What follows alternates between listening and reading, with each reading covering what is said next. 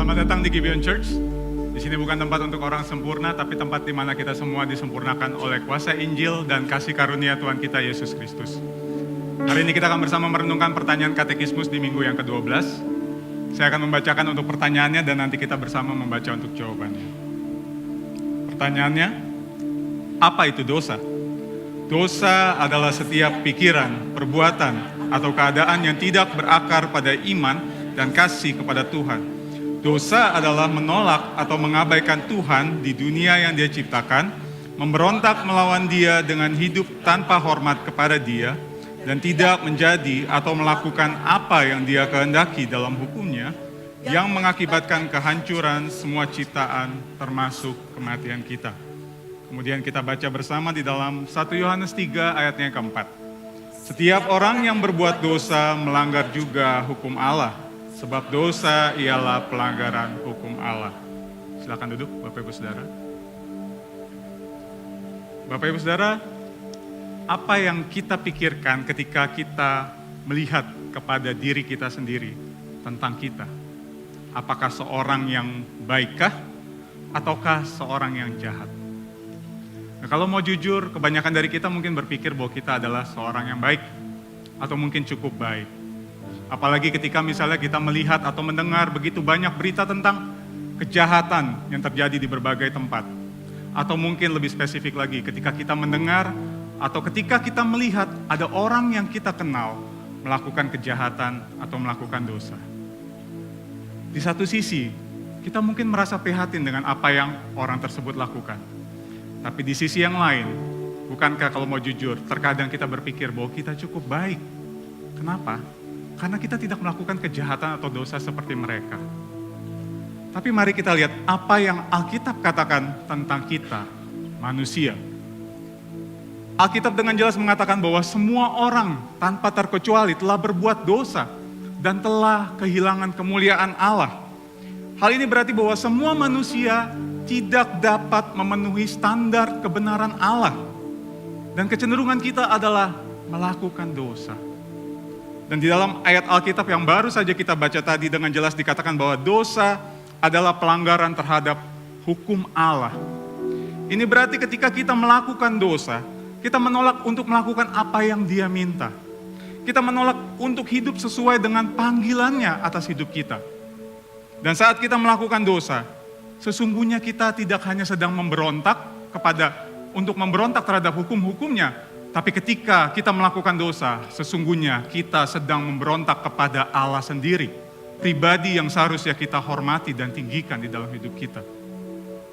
Dan upah yang sebenarnya paling pantas bagi setiap kita para pemberontak adalah maut. Kematian kekal selama-lamanya, itu adalah yang seharusnya menjadi bagian kita. Dan tidak ada satu orang pun di antara kita yang dapat membebaskan diri dari jerat dosa ini.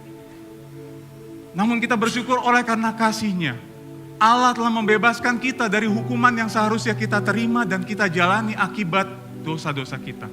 Yaitu dengan cara mengorbankan Yesus, anaknya yang tunggal yang sangat dikasihinya untuk mati menggantikan kita.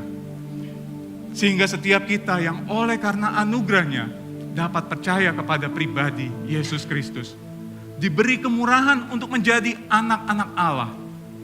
Dan kita patut bersyukur bahwa kita tidak hanya menyembah Allah yang mati bagi kita. Kita saat ini datang menyembah Allah yang telah bangkit bagi kita. Yesus telah bangkit. Kebangkitannya menunjukkan bahwa kematian yang adalah akibat dari dosa itu tidak berkuasa atasnya.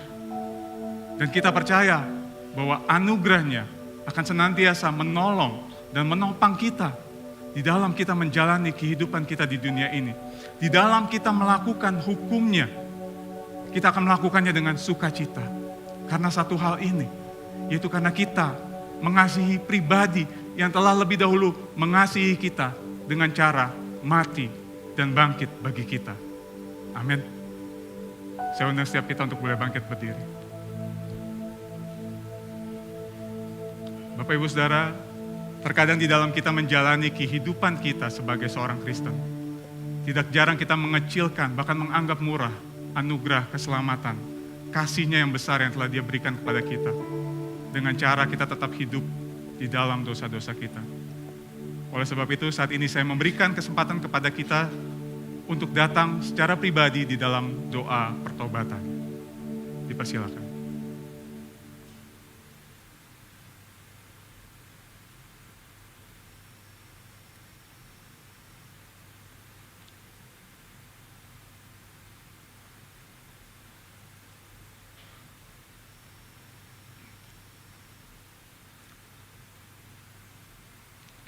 Ya Tuhan, kami bersyukur oleh karena anugerah-Mu semata ya Tuhan. Kami yang adalah orang berdosa ini boleh diselamatkan ya Tuhan. Kami yang adalah hamba dosa ini ya Tuhan, boleh diubahkan menjadi anak-anak Allah. Itu semata karena pengorbanan-Mu Tuhan. Terima kasih ya Tuhan. Ampuni kami Tuhan, karena ketika kami menjalani kehidupan kami, seringkali kami mengecilkan arti keselamatan itu Tuhan. Apa yang telah Engkau lakukan bagi kami Tuhan, dengan cara kami tetap hidup di dalam dosa-dosa kami. Ampuni kami Tuhan. Allah Roh Kudus, mohon pertolongan-Mu, kerinduan kami untuk terus disempurnakan, semakin serupa dengan pribadi Yesus Kristus. Terima kasih ya Tuhan. Di dalam nama Yesus Kristus kami berdoa dan kami mengucap syukur. Amin.